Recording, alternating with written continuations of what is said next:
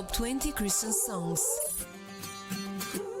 20 hitet më të mira të muzikës së krishterë vijnë për ju çdo fundjavë në valët e Radio Emanuel. Top 20. Dëgjo muzikë, jeto një jetë me frymësim. Rikthehemi në studio miq për të ndalur në këtë momente tek një aktivitet shumë i veçantë me syjeve, një nismë që na fton mbi të gjitha të reflektojmë, të ndjejmë dhe të afrohemi më shumë me njëri tjetrin. Kjo në kuadër të ditës së ndërgjegjësimit për autizëm.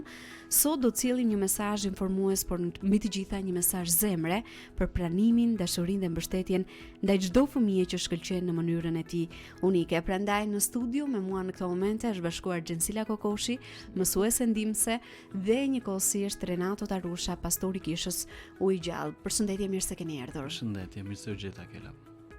Përshëndetje, kënaqësi të jemi sërish në Muzik Plus, si gjithmonë një mjedis i ngrohtë dhe që trajton tema që unë gjithmonë i vlerësoj dhe janë aktuale dhe ndërgjegjësuese.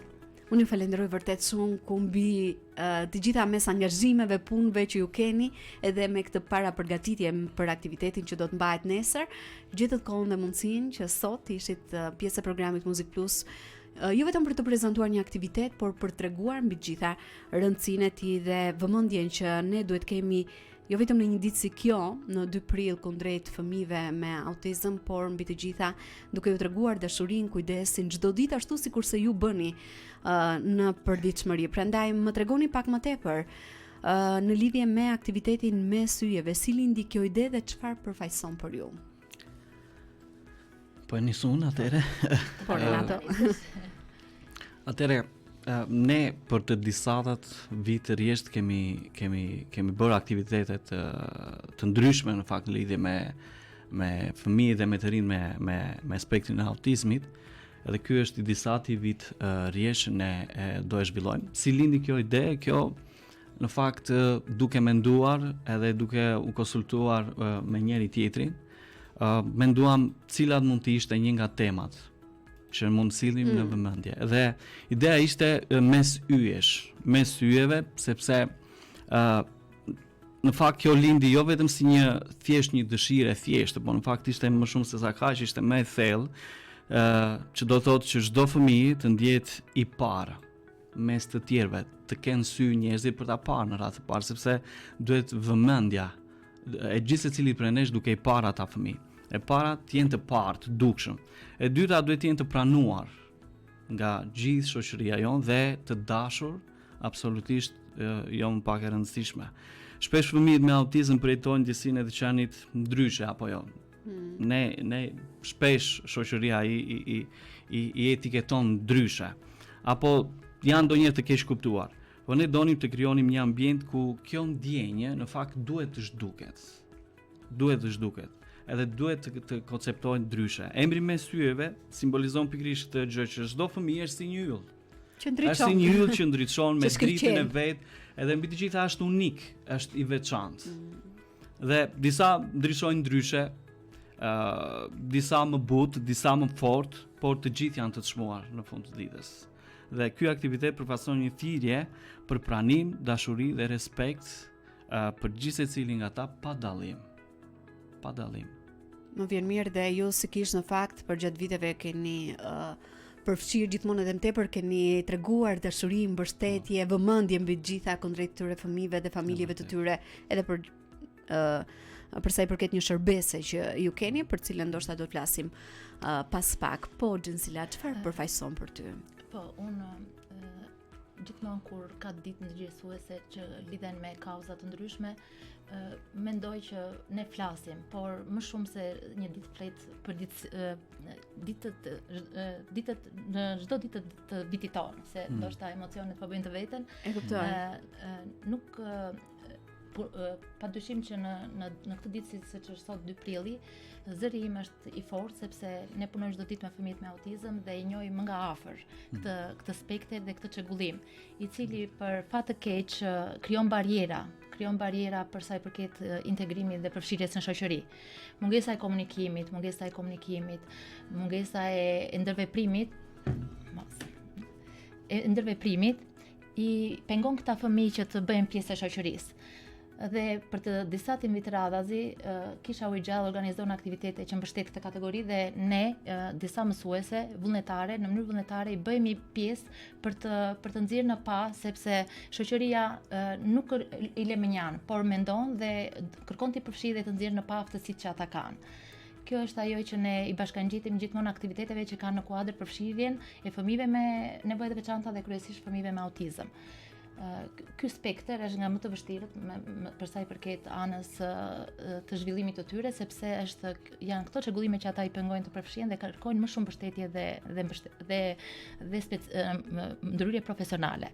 Por ju ja jepni këtë mbështetje në mënyrë të vazhdueshme edhe përmes asaj që bëni në përditshmëri si mësues ndihmës apo ja? Po, unë e theksoj gjithmonë që në qoftë se ju jepet mundësia të gjithë munden. Në shkollë ne çdo ditë punojmë dhe është një sfidë më vete. Por ne flasim shpeshherë që fëmijët kanë stile të nxënit. Dhe në qoftë se ne mësuesit jemi shumë të kujdesshëm në anën pedagogjike, didaktike, unë nga eksperienca ime kam vënë re dhe kam evidentuar që të gjithë munden. Ata në qoftë se ju jepet mundësia, në mënyrën e vet shpalosin aftësi dhe zhvillohen, sepse nuk pjesa më e madhe e fëmijëve me autizëm nuk kanë mungesë inteligjence, vetëm mungesë pamundësie për të përshtatur si gjithë të tjerët. Dhe na del detyre në mësuesve që ne të përshtasim pedagogjin, didaktikën tonë me qëllim që ata të dalin në pa me aftësitë dhe ëndrat që ata kanë. Dhe për sa i përket përfshirjes në aktivitete argëtuese, si organizohen në pasere nga organizata apo institucione të ndryshme dhe konkretisht që organizon Kisha Ujë Gjallë, janë aktivitete të cilat ju japin shpresë se edhe ata e kanë vëmendjen, unë e thash pak më parë, të njerëzve që janë human, i duan, i njohin dhe i mbështesin dhe besojnë fort në aftësitë e tyre. Një ditë ndryshe për ta, një ditë ndërgjegjësuese siç është 2 prilli, është për ta, tregon për ta që ne besojmë në aftësitë e tyre, ne besojmë në shkëlqimin e tyre, ashtu si edhe aktiviteti i ditës së nesërme është titulluar Me syjeve, sepse secili prej fëmijëve është një yll që shkëlqen në mënyrën e vet. Dhe nesër në këtë aktivitet duam që të nxjerrim sa më shumë në pa shkëlqimin e secilit. Jemi menduar së bashku me ekipin e Renatos, me ekipin e vullnetarëve dhe të stafit që ata fëmijë nesër të ndihen, ata janë, po të ndihen akoma më shumë se dinjiteti i tyre është parësor. Ata janë si gjithë të tjerët dhe mund të shpalosin para nesh ato aftësi që ne ndoshta dikur si kemi parë. Ose s'ka patur sy që t'i shikojnë, se ato janë aty. Kjo ishte diçka që ne na shtyu ta formojmë këtë aktivitet në përmasa pak më të mëdha bashkë me Renaton dhe mundësinë që kanë Kisha Ujë Gjallë, i cili për vit unë e theksoj gjithmonë është viti 4, po bisedonim bashkë me Renaton që zhvillojnë aktivitete jo vetëm në një ditë, jo vetëm në një ditë të vitit, por gjatë gjithë vitit. Kisha Ujë Gjallë dhe më pëlqen t'ju them Renato dhe Xhuli organizojnë aktivitete në mbështetje të fëmijëve me nevoja të veçanta, por dhe nënave. Është një nga ato gjërat që unë si mësuese, si vullnetare që punojmë prej vitesh në kauza të ndryshme, e kam mbështetur, e kam përqafuar fort dhe bashkëpunimi me ta më ka bërë të ndihem mirë dhe besoj se edhe ata do jetë e njëjta gjë, sepse dashuria dhe humanizmi dhe sinqeriteti janë armë të forta që na bashkojnë me njëri tjetrin për kauza të caktuara.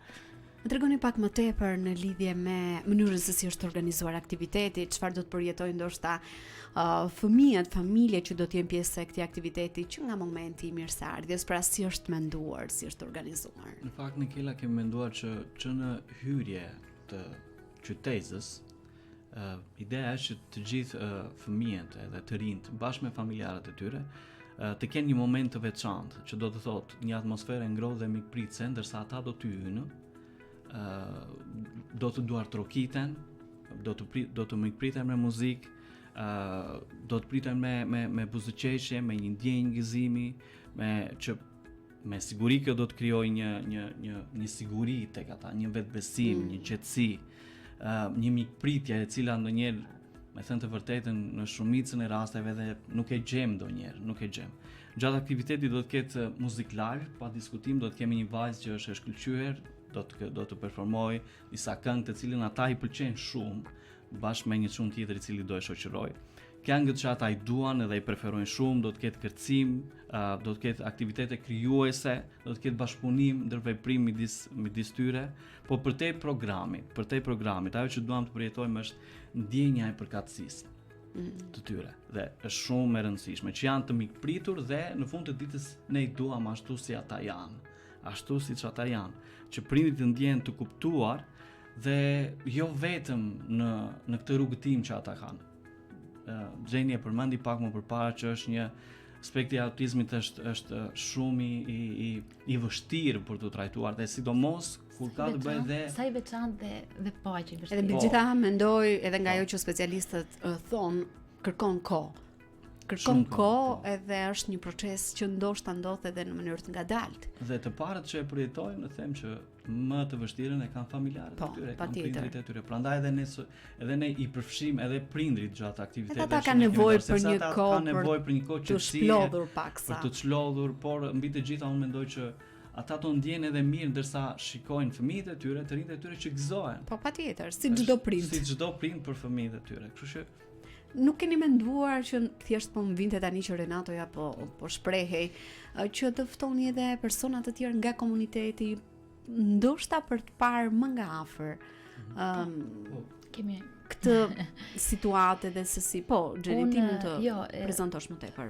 Unë kam shumë të rëndësishme këtë dhe fola me Xhulin, edhe për pjesën ta Xhulia, a do duan, a do kenë dëshirë të vinë, po i thash unë si s'ka, nëse domethënë i jep serioziteti ose shikohet ajo qëllimi i aktivitetit, janë të gjithë interesuar të shikojnë dhe të njohin më shumë nga afër. Edhe menduam të ftojmë nxënës që kanë dëshirë të mbështesin, shumë e rëndësishme, të cilët do jenë pjesë nesër, do mbështesin aktivitetin dhe kur ne ju kemi ftuar e kanë pritur me shumë dashamirësi dhe mua si gjithmonë më bëhet zemra mal kur ndërgjegjësimi fillon tek fëmijët, sepse aty e ka vazhdimsinë. Sepse në fund të fundit ata mund të jenë edhe në kontakt të përditshëm me shokët dhe shoqet e tyre që kanë një rregullim. Në një ambient tjetër. Jemi munduar të mendojmë që të ftojmë, nuk e di do flas Renatoja, por edhe institucione që kanë që ofrojnë shërbime për zhvillimin e fëmijëve edhe të rinjve me nevoja të veçanta dhe kryesisht për autizmin. Renato me Xhulin janë gjithmonë të gatshëm dhe të hapur dhe më pëlqen integriteti sepse duan që ta shtrihen, ka rëndësi që të realizohet diçka e bukur, të përfshin sa më shumë fëmijë, diçka që më komunikoi Renatoja, më tha, sa më shumë fëmijë Xheni të përfshim, aq më mirë është. Duke parë mundësi që ka domethënë kisha për të sponsorizuar ato sepse patjetër gjithçka ka një kosto. Po, ato aktivitete kanë edhe koston e vet, sepse që të bëhet e bukur e larmishme ka koston e vet, por me dashuri ne shpeshherë i mbështesim me sa mundemi dhe ne vullnetarët me diçka, sidomos me këto gatimet, mundohemi të ofrojmë sa më shumë gjëra të shijshme që edhe nënat me njëra tjetrën të kalojnë një kohë të bukur dhe jemi munduar që të gjithë të kontribuojmë sadopak me atë mundësi që kemi që ai aktivitet të marrë përmasa humanizmi, dashamirësie dhe një ndërveprim reciprok dashamirës dhe të ketë dashuri brenda. Të gjithë aktorët që Renato jam shumë e bindur që do në vitet në vazhdim besoj se do ketë edhe më shumë, të gjithë së bashku, po nëse kemi një harmoni dhe një qëllim të përbashkët dhe ndërveprojmë pa kushte, unë them që aktivitetet marrin kuptim dhe ata që janë kryesorët, fëmijët përfitojnë ato shërbimet, atë vëmendjen e duhur dhe dinjitetin e duhur në shoqëri. Kjo është një moment që po. Unë e mendoj gjithmonë të pjesën e të kontribuarit.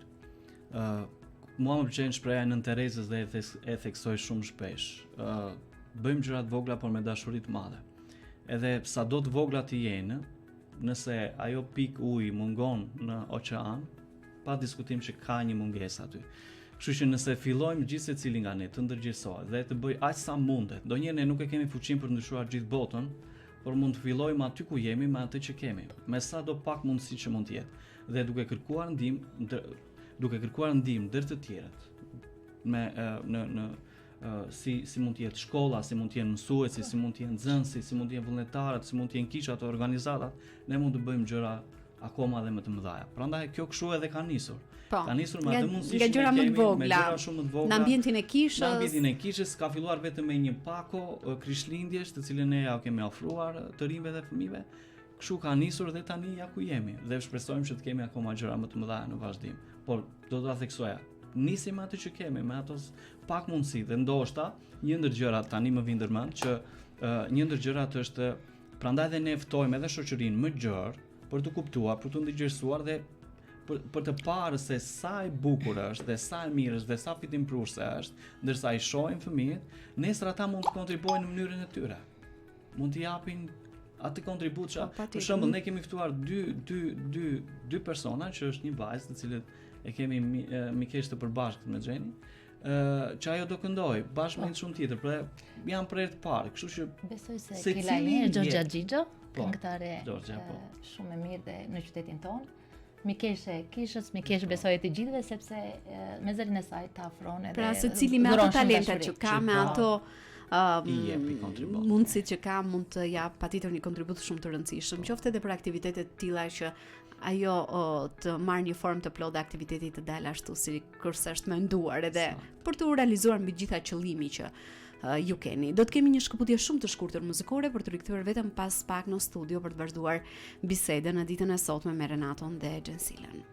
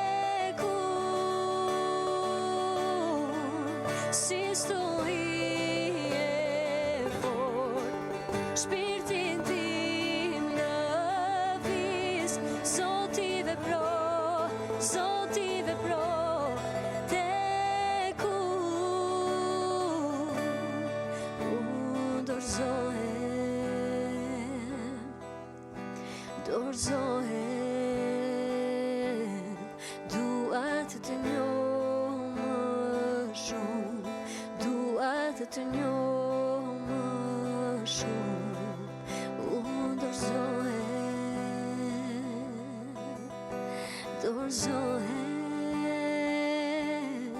dua të të njoh Unë dorëzohem, është kënga që sapo keni ndjekur, kënduar nga Gloria Nure. Në ditën e sotme jam duke zhvilluar një bisedë shumë të veçantë me Gjensilën dhe Renaton, të cilët janë duke prezantuar më tepër mbi aktivitetin që do të mbahet nesër pranë qytetës së fëmijëve në kuadër të 2 prillit, ditës së sotme, dita ndërkombëtare e ndërgjegjësimit për autizmin. Gjithashtu, ajo që unë di paraprakisht për gjatë aktivitetit do të ketë dhe një mesazh sensibilizues për autizmin. Çfarë synoni të përcjellni tek publiku apo tek ata persona që do të jenë pjesë e aktivitetit përmes këtij momenti të veçantë? Skaq. Por Renato. Okej, po nisun. Gjithë ideja dhe qëllimi kryesor i mesazhit është në mënyrë që le të themi shoqëria, komuniteti ta shikojë autizmin ashtu siç është. Nuk duam që njerëzit të kenë më shumë, si thua, një lloj keqardhje, por më shumë të kenë mirë kuptim, edhe t'i kuptojmë ata fëmijë dhe ata të ri. Autizmi nuk është një lloj pengese për t'u dashur. Nuk ka barierë. Ajo është pjesë e komunitetit tonë. Ne kemi fëmijë, ne kemi të rinj që janë pjesë e komunitetit, mund të kemi në lagje, mund të kemi në shkollë, mund të kemi në aktivitete të ndryshme, kështu që unë mendoj që nuk ka asnjë barierë që ne mund të na pengojë për t'i dashur ata fëmijë apo për t'i përfshirë. Duam të theksojmë gjatë aktivitetit që këta fëmijë nuk janë me nevojë, nuk kanë nevojë të ndryshojnë për të pranuar. S'ka nevojë të ndryshojnë për të pranuar. Ata kanë nevojë që ne t'i shohim me dashuri, t'i trajtojmë me dashuri. Dhe kur ka dashuri, unë do të thoya edhe kjo është një nga gjërat më kryesore. Kur ka dashuri, kur ka durim, çdonjëherë edhe durimi me ta është, dhe kur ka informim, sensibilizim, barierat bien dhe krijohen një lidhje e vërtetë mes tyre. Ditën e nesërme ne do të kemi dhe një zonjë të nderuar, një psikologe që ajo do të ndalet pak te kjo pjesa e mesazhit, sensibilizimin mbi autizmin. Pastaj Gjeni mund të shtoj. Këtë do jetë theksoja që dita e nesërme patjetër do jetë mbushur plot me mesazhe fjale, mesazhe zemre, por dhe mesazhe që do përcillen nëpërmjet buzëqeshjeve. Dhe për mua kjo është ajo nga më të bukurat. Mesazhi përcjell vetë nga fëmijët, nga të rinjt, do jetë ai më i bukuri. Të gjithë fëmijët do sfilojnë një tapetyesh ku ata do tregojnë aftësitë e tyre. Secili prej tyre do jetë një profesionist i të ardhmes. Pra, nëse dikush ka një ëndër, do ta shpalos në tapetin e yjeve. Dhe kjo ne mezi e presim që ta shikojmë. Në momentin që kemi komunikuar me nënat për të interesuar pak më shumë, për të njohur më shumë për ëndrat, për dëshirat, për profesionet që ata duan të kenë të ardhmen, pam në zërat e nënave atë gëzimin e madh. Në komunikimin që nënat ju kishin për fëmijëve, fëmijët po presin me padurim që të jenë pjesë e këtij aktiviteti. Fëmijët e kuptojnë, fëmijët me autizëm kuptojnë gjithçka. Dhe jam shumë e bindur që mesazhin që është përcjell nga nënat nëpërmjet kishës Ujë Gjallë dhe qëllimit të aktivitetit ka përçuar tek ata. Ata domethënë komunikimet, mesazhet që po më vijnë janë nga më të ndryshme sepse janë bërë pjesë e një aktiviteti ku ata do gjejnë veten, ndihen të vlerësuar dhe kjo ne na kënaq pafund. Por ka mes tyre dhe mesazhe që edhe të prekin. Gjeni me sa di do të ndajë një mesazh të tillë. Një mesazh që më preku dhe për disa një kohë të gjatë dje, sytet e mi ishin me lot sepse edhe ndjeshmëria ime është pak e lartë, sepse fjalët e nënës për të cilët e cila më komunikoi pasi kishte komunikuar djalit të saj që do ishte pjesa një aktiviteti dhe kishte dashur të merrte nga djali i saj një mendim, më prekën shumë. Dhe shkruan: të dashur miq të kishës Ujë Gjallë, të dashur miq që doni të organizoni për ne aktivitete kaq të bukura dhe me qëllim kaq human.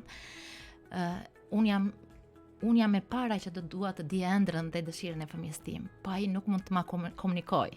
Dhe unë mund të them, vetëm që me atë që shikoj, me veprimet që ai më shpalos, mund të them që ai pëlqen të udhëtoj, të shëtis, të ndërtoj me puzzle një botë të re, një botë ku ai e gjen veten, dhe i pëlqen dhe muzika.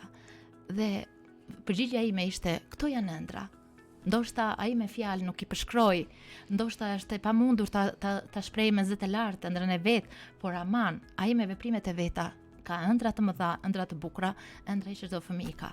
Dhe janë këto momente emocionuese që ne na prekin, na bëjmë që të qëndrojmë sa më pranë kësaj kategorie, këtyre fëmijëve që janë të veçantë vërtet, ashtu si të gjithën i emërtojmë, i ndjejmë dhe i mbështesim, dhe janë këto që ne na bëjnë të ndjehemi dhe nuk besoj se ka një njeri që i njeh fëmijët me nevoja të veçanta dhe kryesisht fëmijët me autizëm dhe të largohet.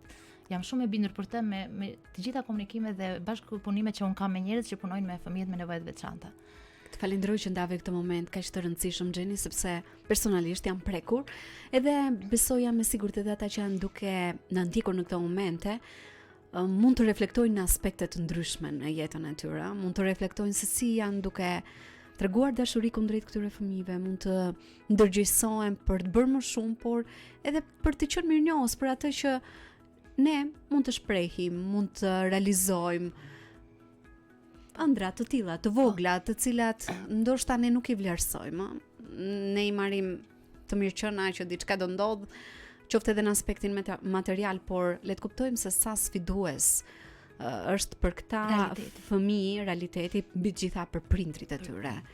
Prandaj unë ndalem gjithmonë edhe më tepër tek tema të tilla, sepse nuk është vetëm një aktivitet i bukur që ndodhi, i bëm të gjitha gjërat që duheshin bër në mënyrën më të mirë të mundshme si organizator, por është përtej saj, është diçka që bëhet me zemër, me shumë dashuri, sikurse Renato ja e përmendi, edhe për të qenë pranë tyre në çdo moment, në çdo sfidët të tyre, sepse unë kam parë edhe në rrjetet sociale dhe nëna që i njoh personalisht që kanë fëmijë me spektër të autizmit, mund të shohim në rrjetet sociale ato momentet e bukura apo dhe ne vetë ndajmë ato fotot më të mira, por kam parë video dhe foto që jo gjithçka është e lehtë, jo gjithçka është e bukur, ka shumë sfida.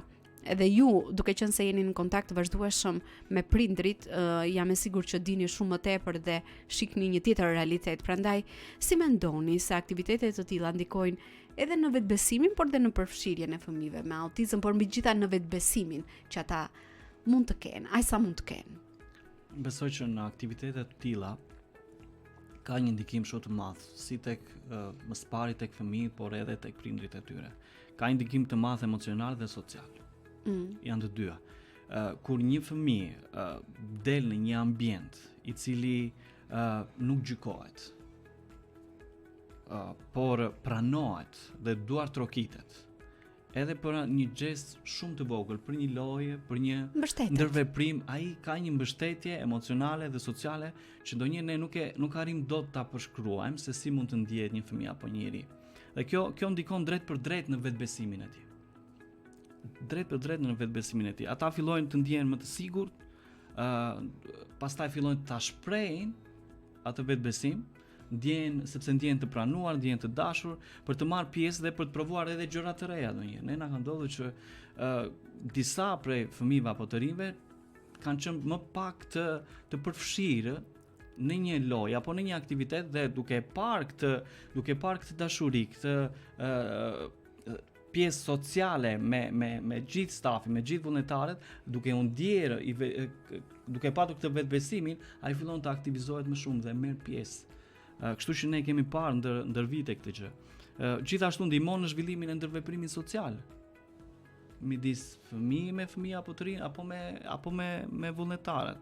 Dhe kjo pastaj sjell buzëqeshje, kjo sjell duar trokitje, kjo sjell vetbesimin, kjo sjell duke u përqafuar me njëri tjetrin. Pra, bëjmë një ndryshim që është shumë e madhe, do të thoja, për botën e tyre të brendshme.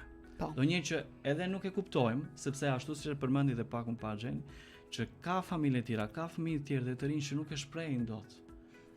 Po ne mund ta kuptojmë me ndërveprime. Ne kuptojmë me buzëqeshje, ne kuptojmë se le të mësojmë ju gjithçka shprehet me fjalë. Po. Ne kuptojmë shumë edhe përmes veprimeve mbi të gjitha, edhe në komunikimin e përditshëm.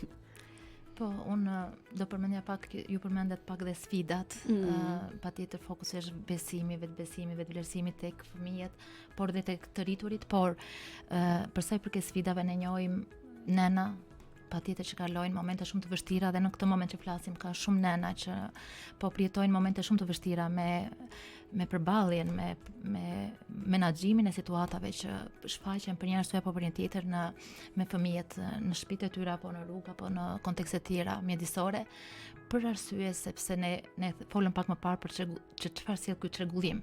Mungesa e komunikimit i bën që ata të shfaqin her pas here sjellje jo të përshtatshme, shpeshherë dhe agresive.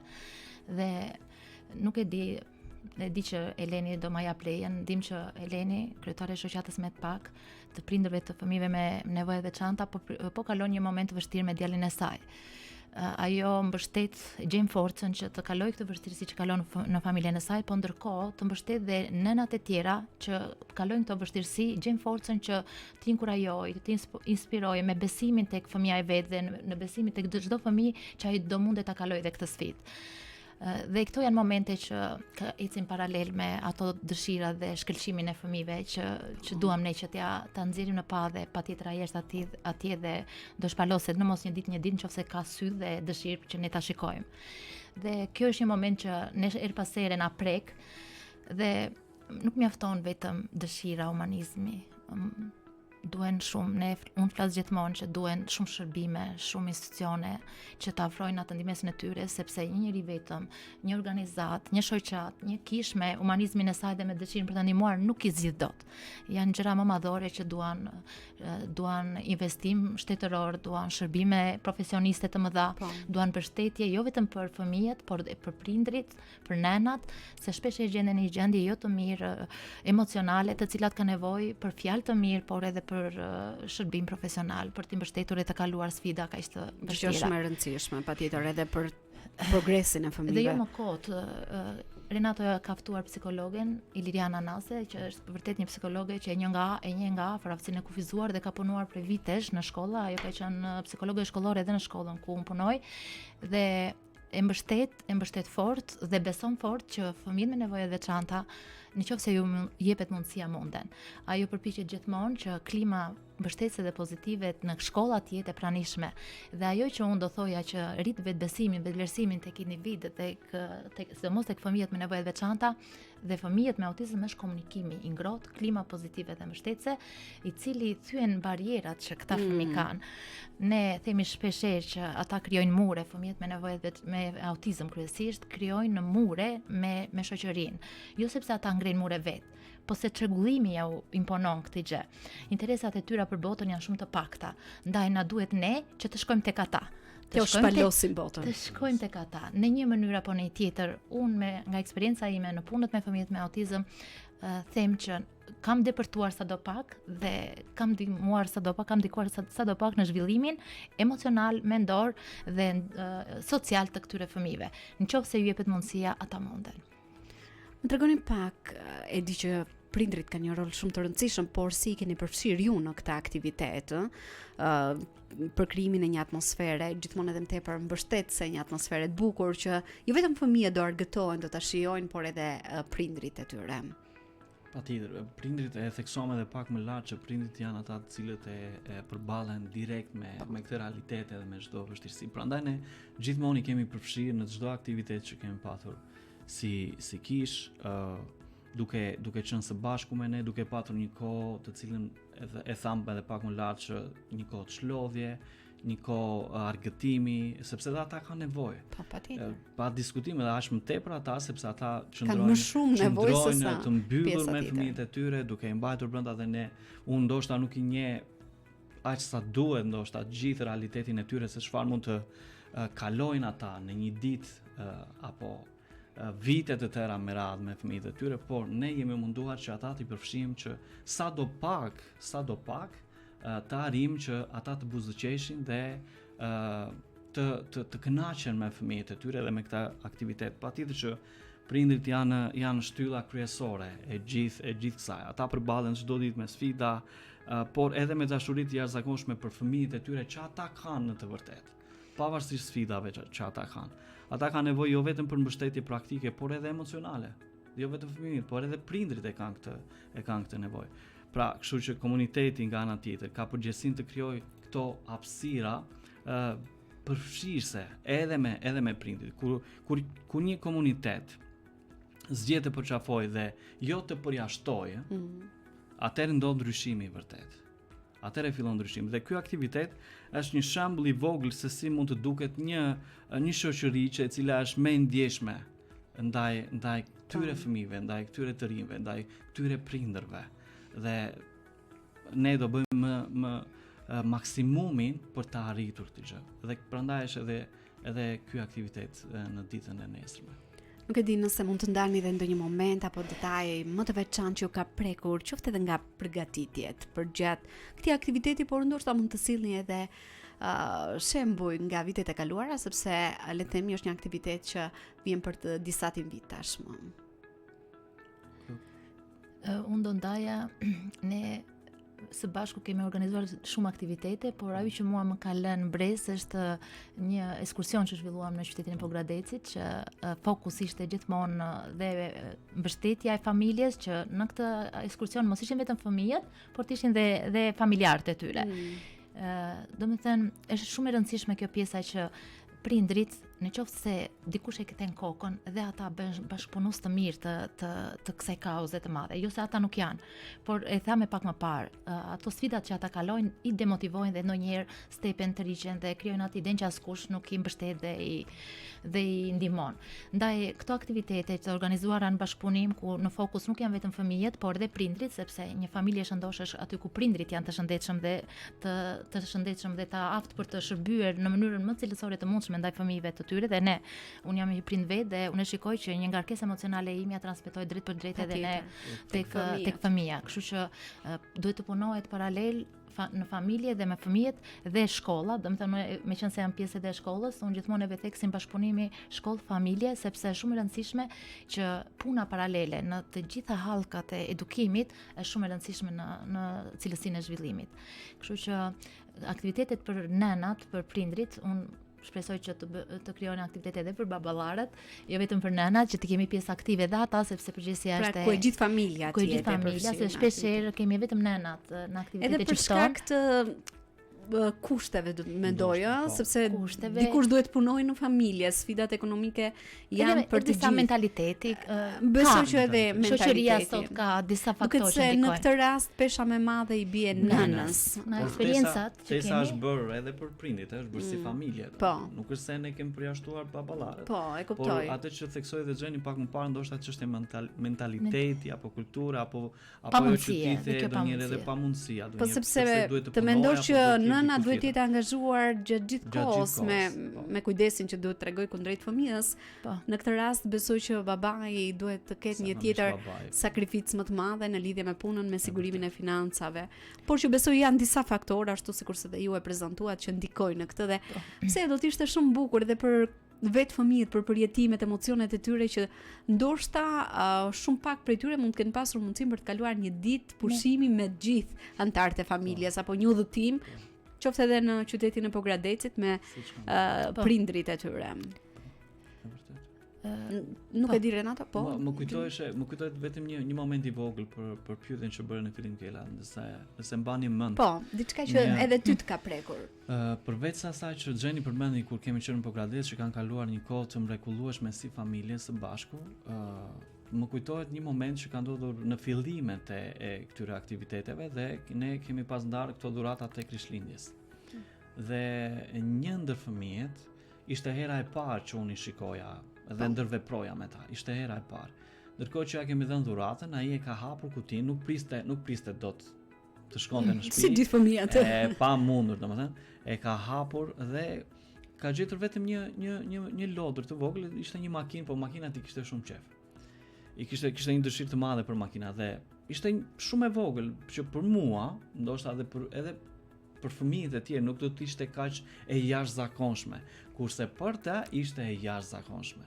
Nuk e di po se çfarë mund të shikojë në sytë e tij, që thash ndonjëherë edhe ti e kupton vetëm me qëndrimin e tyre, me sjelljen, me buzëqeshjen, me ai e përshkruante në atë mënyrë, kishte një gëzim të jashtëzakonshëm, që ndonjëherë për ne, për fëmijët tanë, duket një gjë që përmenda pak më sipër, në këto gjërat e vogla që ndikojnë edhe prekin shumë. Edhe kryesisht të gjithë fëmijët e të rinjtë kanë këtë lloj emocioni. Për një gjë të vogël ata gëzojnë jashtë mase. Edhe kjo tregon që sa gjëra të vogla ne mund të bëjmë për ta në përditshmëri, për të marrë ata këtë dozë lumturie, gëzimi, dashurie për kujdesje. Sa botë e pafajshme është.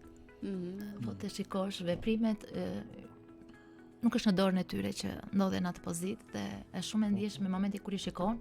Unë shpeshherë them se empatia është shumë e rëndësishme në situata të tilla. E vendos veten gjithmonë. Ne jemi nëna dhe shpeshherë fëmijët na smuren dhe në mendjen time gjithmonë shkojnë prindrit e fëmijëve me nevoja të veçanta. Një ditë nuk e shikoj dot fëmijën të smur, shqetësohem pafund. Nuk jam në Terezia atë ditë, në punë nuk shkoj dot. E kam mendjen aty jo ta kesh çdo ditë të jetosh me një çrregullim autizmin, që është një nga çrregullimet unë e them gjithmonë që do shumë punë dhe investim. Por nga ajo që edhe unë kam parë, këto nëna janë heroina, janë më të fortat. Edhe të gjitha pa përjashtim. Patjetër përballojnë shumë sfida, shumë vështirësi. Edhe do duhet të jenë të tilla për familjen, për fëmijën, sepse mbi gjitha këta fëmijë kanë nevojë për kujdesjen, për dashurinë, ndoshta edhe më shumë nga nënat e tyre. Shkëputemi shkurtimisht për ndjekur një tjetër hapësirë muzikore, rikthehemi për të ndalur edhe tek një mesazh i fundit edhe për të zbuluar disa detaje më tepër për sa i përket aktivitetit mes yjeve që do të mbahet ditën e nesërme në kuadër të 2 prillit.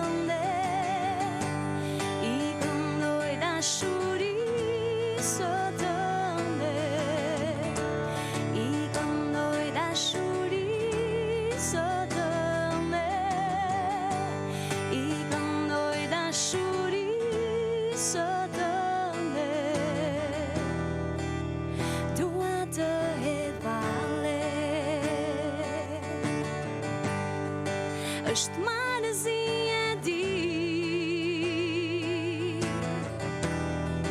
kur bota tridon të ketë parë do të kërcej me gzim si të shkërcejmë tani I këndoj dashuri sot ënde I këndoj dashuri sot ënde I këndoj dashuri sot ënde I këndoj dashuri sot ënde I këndoj dashuri sot ënde I këndoj dashuri sot ënde Petrina Kalavershi në rikthe në studio në programit Muzik Plus për të ndalur në këto momente edhe tek diçka e fundit për sa I përket aktivitetit mes yjeve që do të mbahet ditën e nesërme. Çfarë bën këtë aktivitet ndoshta ndryshe nga aktivitetet e tjera dhe Renato gjithashtu mund të ndash disa detaje më tepër në lidhje me orën dhe ndoshta më shumë informacion për gjithë ata që nuk e di nëse mund vinë edhe thjesht nga kjo intervistë që kanë ndjekur. Po, Kela, atëre sa për informacionin dhe orarin do të jetë ditën e nesërme, në orën 10:30 do të filloj aktivitetin, por patjetër stafi dhe vullnetarët do të Duhet jenë jenë më shumë përpara, herët. kushdo gjë të jetë gati dhe ndërsa familjarët edhe fëmijët edhe të rinë do të vinë. Kështu që nesër në orën 10:30 tek qyteza e fëmijëve. Nëse ka dikush ndoshta na dëgjon nëpërmjet radios edhe do të bashkohet e do të shikoj, pa diskutim që janë të mirëpritur. Ndërsa për sa i përket pyetjes me syesh, çfarë do të silte kjo dhe çfarë është ndryshe, me syesh nuk është thjesht një si do thoja një aktivitet, vetëm kaq. Ne përmendëm edhe pak më lart që nuk është vetëm thjesht një aktivitet, por një përjetim emocional dhe njerëzor. Që ne e përmendëm që nga fillimi i bisedës, edhe besoj që derisa ta përfundojmë do të jetë këtu dhe ky është fokusi. Ndryshe nga aktivitetet tjera të zakonshme, ku fokusi nuk është tek performanca, tek ajo që ne bëjmë, perfektja në mënyrë të përkryer, por më shumë tek pranimi edhe dashuria tek ta të rinj dhe fëmijë. Dhe këtu çdo fëmijë është në qendër. Është prandaj edhe janë mes yjesh, sepse është ajo drita që shkëlqen tek secili fëmijë dhe është në i parë, i dukshëm. Pra, ata janë në qendër dhe jo si spektator, por si pjesë e rëndësishme asaj që ndodh. Ata do ta bëjnë këtë, ata do t'i japin shkëlqimin, ata janë yjet, ata do ta bëjnë dhe pa diskutim që ata do ndjehen edhe këtë pjesën e të vlerësuarit, të ndjerit që unë po bëj diçka, unë po jap diçka në mënyrën e vet, pa diskutim. Kështu që është një hapësirë ku nuk krahasohesh mes të tjerëve dhe kjo është shumë e rëndësishme. Ata nuk do krahasohen mes njëri tjetrit, por do vlerësohen për atë që ata janë. Shumë bukur vërtet. Unë ndërkohë që Renatoja fliste, gjithmonë mendja ime përshkruan aktivitetin që do zhvillohet nesër dhe jam shumë e bindur që ai aktivitet patjetër do ketë gjithçka ndryshe nga aktivitetet e tjera, se ka shumë dashuri. Dhe kjo është shumë e rëndësishme. Ne të gjithë jemi pjesë vullnetare dhe të bësh gjërat me vullnetarizëm ka brenda patjetër humanizëm, dashuri dhe ndërgjegjësim dhe empati. Dhe gjërat kur bëhen me këto vlera shoqërore janë të bukura, janë të veçanta dhe i shërbejnë një kauze të saktuar. Kështu që i veçantë është të gjithë aktiviteti nesër, të veçantë janë të gjithë fëmijët pjesëmarrës, të gjithë prindrit dhe jam shumë e bindur që do jetë një aktivitet që do përcjell, siç e thash, mesazhe zemre, mesazhe nëpërmjet buzëqeshjeve dhe fjalëve, por më së shumti do përcjell mesazhe fëmijësh që janë ashtu të bukura, të sinqerta si ata din ti përcjellin. Kjo është një nga momentet më të bukura. Unë i falenderoj Renaton dhe Xhulin që më bëjmë pjesë të organizimit të këtij aktiviteti kaq të bukur dhe madhështor. E ofroj shërbimin tim me shumë kënaqësi, e dua këtë gjë dhe jam falënderuese ndaj çdo kujt që më ofron një mundësi për të dhënë mendimin tim dhe atë që unë ofroj brenda kësaj fushë. Jam shumë e lumtur që jam pjesë dhe sot në këtë emision, flas me shumë përzemërsi, emocionet më shoqërojnë gjatë gjithë kohës. Ndjehem si në shtëpinë time pak dhe kur erdha më isha shumë e çlirët. Ndonjëherë bëj gjërat pak si time sepse i dua fort dhe bëhem pjesë e tyre. I dua fort sepse dua të ndikoj sadopak me atë që unë përfaqësoj si Xheni në shoqëri. Dua që të ndikoj sadopak mendoj me pozitivitetin, me aftësinë time edhe me fjalën e mirë. Fjala e mirë shëron. Unë e them gjithmonë, pse mos themi një fjalë të mirë, të mbështesim, të bëjmë atë që kemi pranë të ndihet mirë. Këto janë disa mesazhe që mua më shoqërojnë për gjatë gjithë kohës. Për sa i përket ditës sot, mesazhi im është shumë i madh, i fortë. Unë e vlerësoj shumë diversitetin. E dua shumë, më pëlqejnë njerëzit, i dua pafund. Diversiteti bën botën shumë të bukur. Dhe duke ju falenderuar edhe një herë për pjesëmarrje në këtë aktivitet, në këtë emision kaq të bukur që ju organizoni dhe jeni gjithmonë pranë fëmijëve me nevoja të veçanta, se unë dua ta theksoj këtë, do doja ta mbyll një mesazhin tim me një poezi të shkrimtarit, publicistit, përkëthyesit Edmond Tupja, i cili ka një fëmijë me autizëm dhe ai e përcjell më shumë se kushdo tjetër bukur mesazhin e tij. Por do presim pak, do të ndajmë këtë poezi, pse jo për ta mbyllur këtë intervistë së bashku dhe më parë një mesazh nga Renatoja për gjithë ata që janë duke na ndjekur në kuadër të gjithçka që ne folëm. Pa diskutim, mesazhi im është për të gjithë është ky. Të mësojmë të shohim më thellë dhe jo në sipërfaqe te këta fëmijë dhe këta të rinj. Çdo fëmijë ka një botë të bukur brenda vetes së tij. Dhe nëse nuk e shpreh në mënyrë që ne jemi mësuar, nuk ka problem. Le t'i zgjidhim të jemi më të duruar, më të dashur dhe më të hapur ndaj tyre. Sepse kur japim një fëmijë pranim dhe dashuri, ne nuk ndryshojmë vetëm jetën e tij, por bëhemi edhe më njerëzor. Dhe pa diskutim, nuk e di nëse mund ta ndaj tani apo më vonë, dua të falenderoj pak. Ndoshta jo të gjithë, se ndoshta s'do më kujtohen, por një falënderim të veçantë doja ta patjetër. Shumë faleminderit në radhë të parë Xhenit që na është bashkuar për shumë vite rjesht, që nga fillimi i aktiviteteve që ne kemi pasur së bashku për fëmijë dhe për të rinë me nevoja të veçanta dhe sidomos me autizmin. Faleminderit do t'i thoja Elenit, gjithashtu kryetares të Medpakut. Shumë faleminderit kishës Ujë Gjallë në gjithësi, sepse unë përfaqësoj kishën Ujë Gjallë. Patjetër, ju këtu jeni vetëm dy përfaqësues. Nuk jam vetëm unë edhe Xhuli, por që do patjetër të tregosh me njohjen edhe njerëz të tjerë që ndoshta edhe nuk janë në dukje, por i bëjnë gjërat në prapaskenë dhe na mbështesin të gjithë ne. Kështu që është një grup i madh pas nesh që themi kisha Ujë Gjallë është të gjitha e përfshirë për të arritur këtë aktivitet. Shumë faleminderit nesër që do të jenë edhe Gjorgjinja, do të jetë Giulio me kitarë, i cili do të shoqëroj. Gjithashtu faleminderit për psikologen Iliriana, mos gaboj. Unë do shtoja Iliriana Nase, do shtoja vajza vullnetare Gjeni Egro, Marsida Rushan, e të gjitha vajza që do jenë nesër, Viola, të gjithë që vullnetarizmin e kanë pjesë të jetës tashmë dhe i bashkangjiten me shumë dashamirësi të gjitha aktiviteteve që zhvillohen në mbështetje të fëmijëve me nevoja të veçanta apo dhe kauzave të ndryshme në shoqëri. Patjetër, dhe një falënderim i veçantë edhe për radion, sepse ajo na sjell në vëmendje. Është një zë të cilën ne ndoshta nuk e përcjellim dot në atë mënyrë që radioja mund ta bëjë. Kështu që shumë faleminderit Kela, Efti, gjithë stafit tuaj. Ju falenderojmë dhe ne dhe jeni gjithmonë të mirëpritur, pse jo për të dhënë më tepër zë për dëgjuesit tan aktiviteteve, nismave të tilla, të cilat për hir të së vërtetës janë shumë të domosdoshme për më shumë ndërgjegjësim për komunitetin në cilin ne jetojmë. Po. Dhe mbyllim me poezinë që Gjeni kishte përgatitur. Unë e zgjodha, gjithmonë preferoj që poezitë të Edmond Tupës t'i ndaj edhe me nxënësit për të përcjellë sa më shumë mesazhe mbështetëse.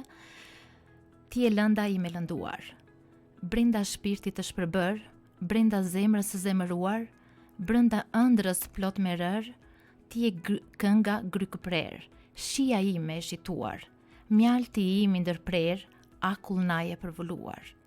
Ti e kryqi im i ndritur, bukuria e burgosur, mrekullia e pa arritur, ankthi im i përsosur.